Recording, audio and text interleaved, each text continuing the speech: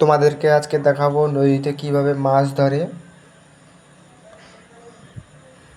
দেখো কত বড় নদী।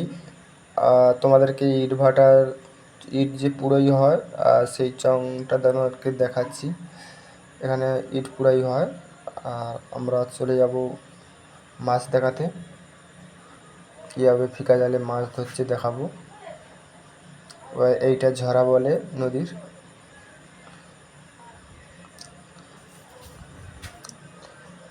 দেখো একটা বাগদা চিংড়ি পড়েছে জালের মধ্যে।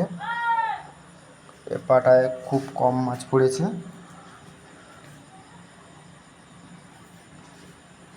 নদীর গেঁড়ি বলে, যেটা গেঁড়া বলে নদীর, ওই গেঁড়া বেশি জালের মধ্যে আটকে গেছে।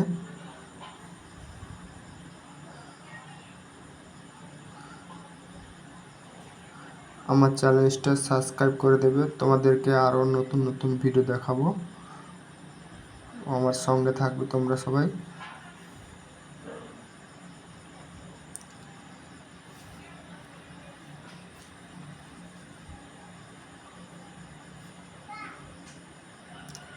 বৃষ্টি হচ্ছে, প্রচুর বৃষ্টি,